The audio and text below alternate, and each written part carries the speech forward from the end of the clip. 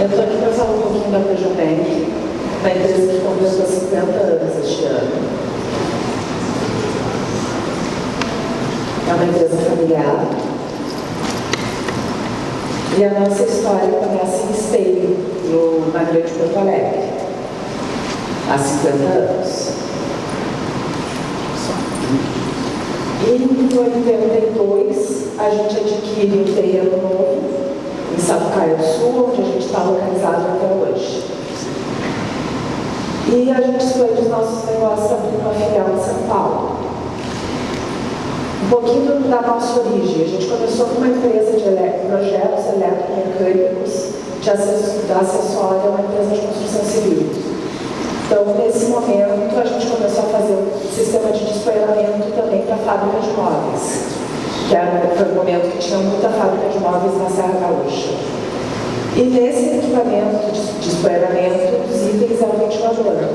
E ali a gente começa a fazer ventiladores.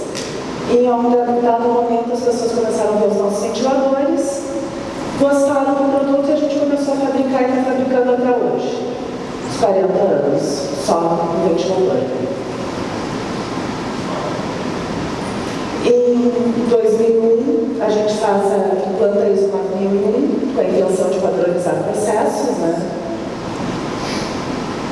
Atualmente, a gente tem um parque industrial, 2 máquinas de faixa laser, dois robôs de solda, vários CNCs, que a gente é uma metalúrgica. A gente é caracterizado por uma fábrica de ventiladores, mas a gente trabalha com formação mecânica, corte e dobra. Esse é o nosso métier. Eu sou a Laura Passamonserno, sou engenheira mecânica formada pela URGS, engenheira de segurança do trabalho e tenho MBA em gestão empresarial. Meu primeiro contra-cheque de 88 foi uma brincadeira da RH, gente, eu não trabalhei em 88, tá? Mas a RH, quando eu ia tirar as férias, ficava com meu pai lá, aí eles me fizeram um contra-cheque e eu guardei com muito carinho e tenho ele até hoje. E como realização pessoal, eu sou mãe de César e do Otto. Bom, aqui para o início. Ventilador é uma parte que está inserida em um sistema normalmente. Então a gente tem que olhar quando ele é acoplado ao sistema. Ele vai estar acoplado ou um sistema hospitalar, ou um sistema ligado à saúde e segurança do trabalho, ou alguma melhoria para uma produção. Mas ele é um equipamento que as pessoas têm interesse que funcione, né? Mas aqui eu vou dar alguns exemplos de instalações que o equipamento não funcionou como deveria. Na verdade, é mais para vocês não repetirem o mesmo erro, tá? Por favor. Nesse caso, o cliente tinha duas reclamações: desbalanceamento, ruído, e além disso, a gente tinha selecionado um ventilador que era para ter uma folga de 25% de potência elétrica, aliás, 20%, e ele estava consumindo mais, além da potência dele, ele estava com 25% a mais. Ele estava esgotando a potência nominal dele. Quanto ao desbalanceamento, a gente foi lá, tirou, desacoplou ele, porque ele tinha uma junta de dilatação, que é um ventilador que trabalhava com alta temperatura. Mas ele não tinha nada que evitasse a propagação da vibração do ventilador ao sistema. E ele também aqui ele não era nem chumbado e nem tinha nada que evitasse que a vibração se propagasse pelo sistema. A potência, a gente vai ver ali na frente que foi pelo efeito do sistema. Quando eu desacoplava o ventilador do sistema, eu tinha a vibração medida nele de 2,5 a 5,5 milímetros por segundo, que para esse equipamento é nada. Mas quando eu acoplava ele no sistema, o sistema gerava um outro tipo de vibração, que eu não tenho como prever. Eu fabrico o ventilador, eu não analiso o sistema em si, que dava no mínimo 10 milímetros, com pico de até 27 milímetros por segundo, o que era uma brincadeira, em outras palavras. Então, a nossa sugestão para o cliente foi: mudar aqui para isolar o ventilador do sistema e dessa forma ele funcionar como ventilador e desassociado ao sistema. Quanto à potência, a gente não tinha como mexer na tubulação deles, além de sugerir que botasse coxins aqui para evitar também a propagação de vibração pelo choque pelo solo. Bom, o efeito sistema é um conceito introduzido em 1973, que ele diz em outras palavras, gente, o ar tem que ter facilidade para entrar no sistema e sair do sistema. Se eu colocar bloqueios nisso aí, a gente vai pagar de alguma outra forma. Normalmente vai pagar com potência. Então, aqui eu tenho, essa figura ela vai dizer em resumo, eu preciso de um duto reto na descarga de um ventilador. Se olhar nesse ventilador aqui, ele tem uma curva de 90 graus na descarga do lado oposto à aspiração. Isso quer dizer que ele tem um efeito sistema e lá na frente a gente vai ver se ele é ruim ou se ele é pior ainda do que o ruim. Aqui, então, eu tenho perfil de recuperação de velocidade quando sai da descarga do ventilador. Ele precisa de um período para homogeneizar essa distribuição. No caso, aqui, é 2,5 diâmetros equivalentes. No caso de ventiladores com K de 0,7, que é onde se enquadram os ventiladores da Progilmec, para ter uma recuperação de 80% do perfil de velocidade, que isso vai dar uma recuperação boa de pressão, eu preciso de um diâmetro equivalente de 0,625 diâmetros. Pô, é pouco, gente. Bota um diâmetro mínimo a mais. Se puder botar 2,5 diâmetros, evita um monte de problema lá na frente. Aqui a figurinha da nuca, né? A aspiração desse lado, o cotovelo do lado oposto. Então, o pior caso para efeito sistema é o caso que o cliente colocou lá. Aqui já seria ruim, aqui é pior ainda. Bom, aqui são algumas regras para eliminar o efeito sistema. É usar 2,5 diâmetros de duto reto na descarga, na aspiração de 2 a 3 duto, diâmetro equivalente também. Evita qualquer vórtice na entrada, na saída. Usa duto reto o mais longo possível para as condições de trabalho. Não ter aqui saída que não seja maior do que 107, nem tão aberto, nem tão fechado, para não ter uma obstrução também aqui. Se necessário, uma transição de duto, proceda uma inclinação mais gradual possível, para não exceder isso aqui, né? O padrão ANCA exige que a inclinação não seja maior que 15% para transições convergentes ou maior que 7% para transições divergentes. São boas práticas, né? Mas agora, não tem jeito, vou ter que projetar com efeito sistema. As curvas características que normalmente se usa em seleção de projeto, ela não vai estar considerando na aspiração, na descarga. Então, isso tudo a gente vai ter que pegar curvas específicas de efeito sistema, que tem disponível também. Mas quando a gente reconhece a causa do efeito sistema, a gente vai ter que compensar as perdas. Normalmente, como é que tu vai compensar? Aumentando a velocidade do ventilador. Aumentei a velocidade, vou aumentar a potência. Aumentei a potência, o equipamento ficou bem mais caro. Então, tu vai gastar um consumo energético, que nesse momento se fala tanto ESG, tua obra não é mais, e tu vai gastar comprando um produto mais caro. E os efeitos acústicos, que também hoje em dia é uma preocupação que se tem nas instalações, não vão ser os mesmos efeitos acústicos que nós teríamos pela seleção fornecida pelo ventilador. Então, tu vai ter mais barulho, mais vibração e mais potência. Aí o cara perguntou no outro dia, esse ventilador aqui, ó, que não estava funcionando direito. Aí a gente não sabe o que faz, né? Se responde, mas fica legal que aparece. O ventilador é nosso e não está funcionando direito, não sei porquê. Esse equipamento, o cliente reclamava propagação de ruído, mesmo caso aqui.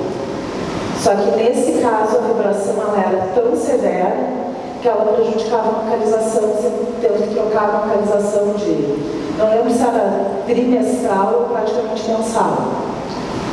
Também mesmo caso, não tinha colarinho flexível, não tinha coxinho nem nada, que ele era praticamente solto em cima do solo.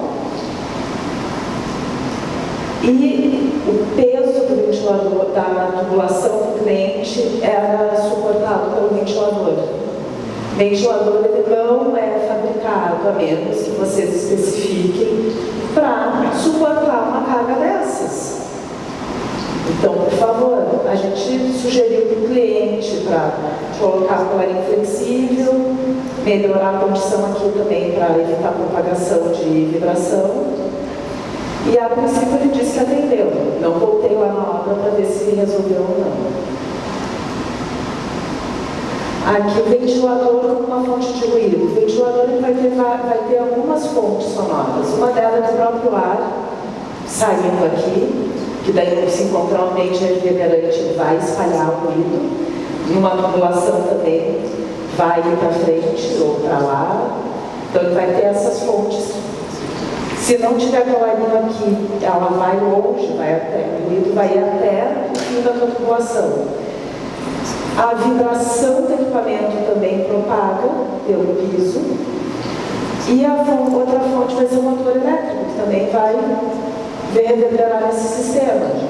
Formas da gente evitar isso: isolar o ventilador do solo por molas ou coxins amortecedores.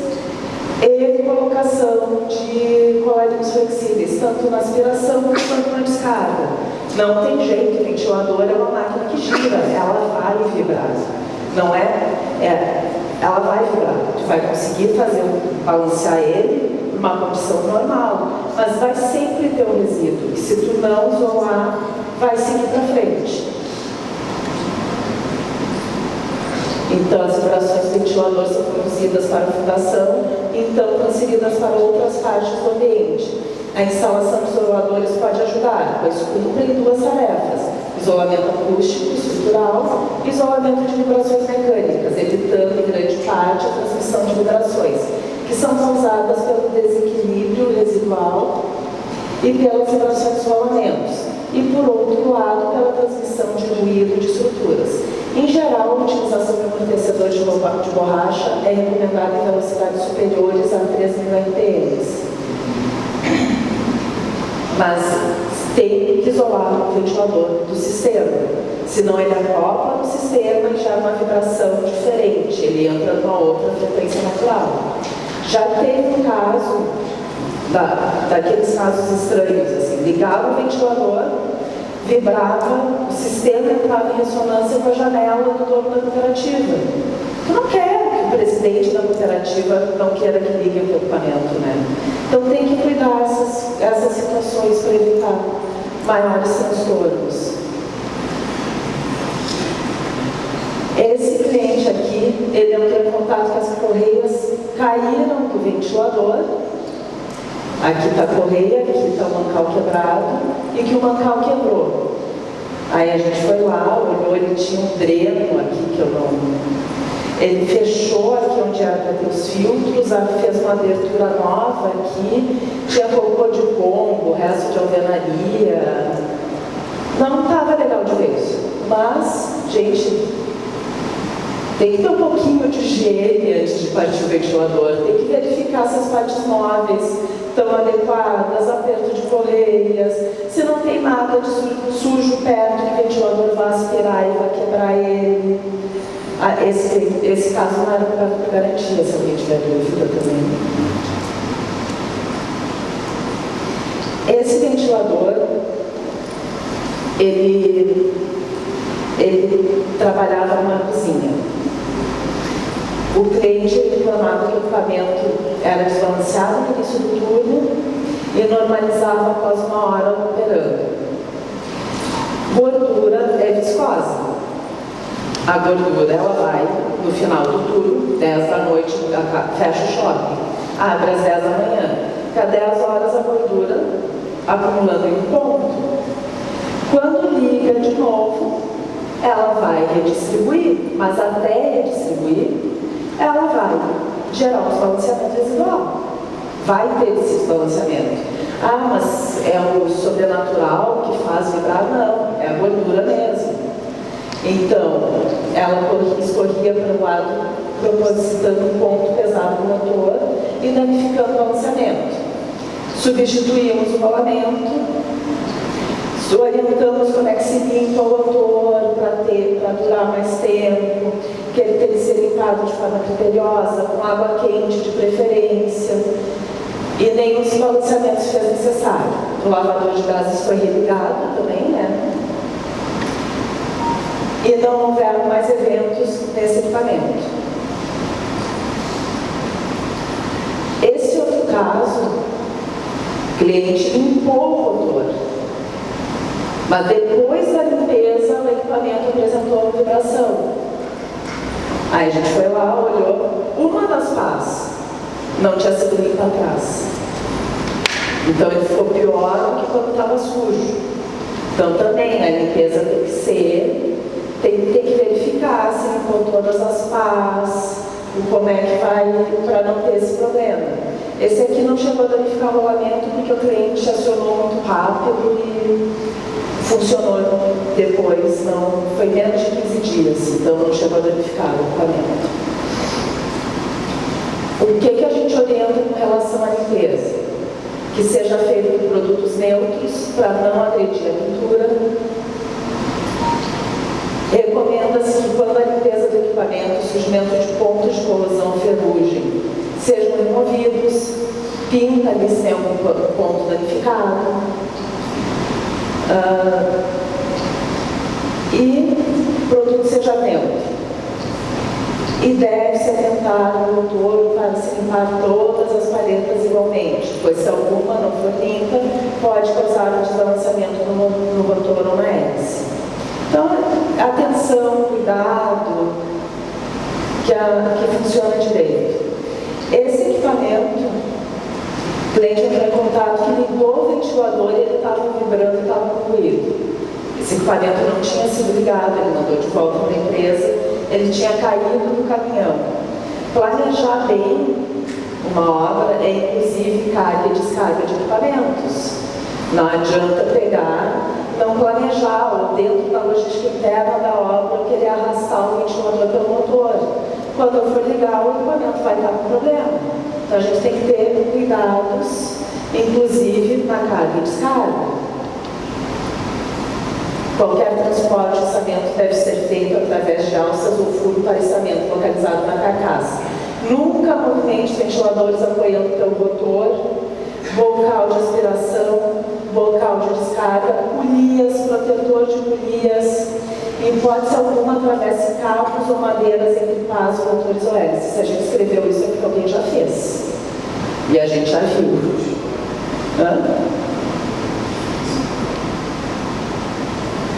Esse equipamento, o cliente reclamava que ligava o ventilador e ele estava com muita vibração. A gente foi lá, mediu o ventilador e ele estava dentro dos parâmetros considerados normais.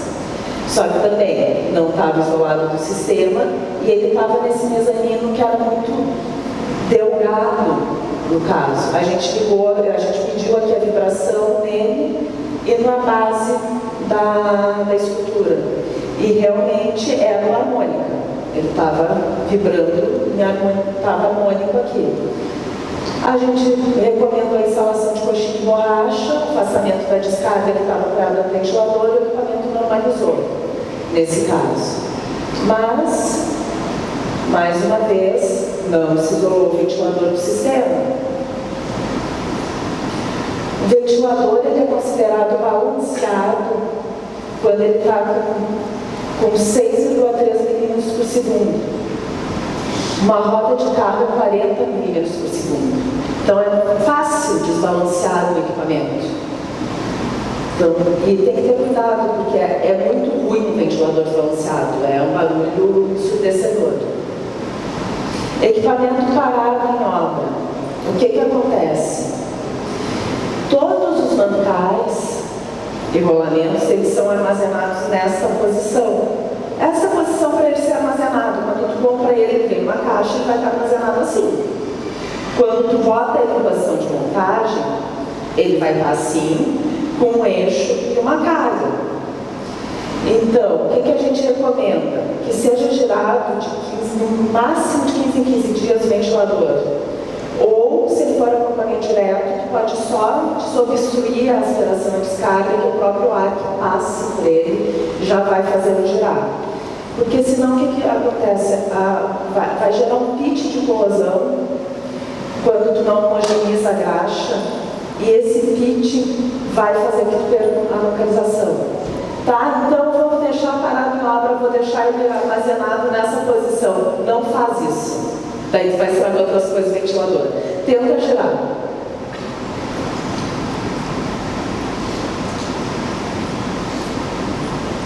Aí o nosso manual ele fala a respeito da armazenagem, que o lubrificante contido no mancal possui um tempo de vida, que não deve ser ultrapassado, eixos e demais partes usinadas são cobertos na fábrica com uma tinta de proteção, mas se quiser passar óleo ou graxa para evitar que danifique, semanalmente movimente o motor do ventilador para evitar o aparecimento de pontos de corrosão, armazene o equipamento em local abrigado de intempéries e afastado de poeiras ou gases que possam provocar danos. Isso é bem importante. Esses tempos eu mandei para o interior de São Paulo um funcionário só para abrir o dreno, porque estava chovendo dentro e quando ligava o ventilador ele é projetado para ar, não é para água, né? Então a potência do equipamento estava acima. Só armazena equipamentos na mesma posição que ele irá trabalhar, os equipamentos saem de fábrica protegidos por plástico e engradados de madeira. Devido a essa proteção, é necessária a retirada da mesma para poder se efetuar os processos de girar manual ou deixar que ele gire se for totalmente direto. O nosso manual vai estar disponível no site, na seção de downloads. Aqui falando sobre a capacidade cognitiva das pessoas. Quando o cliente contrata a gente, se for para conforto, ele está contratando por algum motivo, né? Um dos motivos é que as pessoas trabalham melhor quando elas estão numa temperatura agradável. Então, a temperatura agradável faz com que as pessoas tenham um rendimento melhor de trabalho. Então, senão ela vai ter até uma regulação corporal e efeito de temperatura de desempenho cognitivo. Então, um dos motivos que a gente é contratado também é para as pessoas terem conforto e trabalharem melhor. Se a gente não fizer bem o nosso serviço, o cliente vai ter problema depois. Aqui eu não dava sempre. Bom. Então, em outras palavras, o que foi dito aqui? Se a gente não fizer bem o nosso serviço, o cliente vai ter custos financeiros diretos, mão de obra, material, equipamento, retrabalhos, atrasos, gastos excessivos.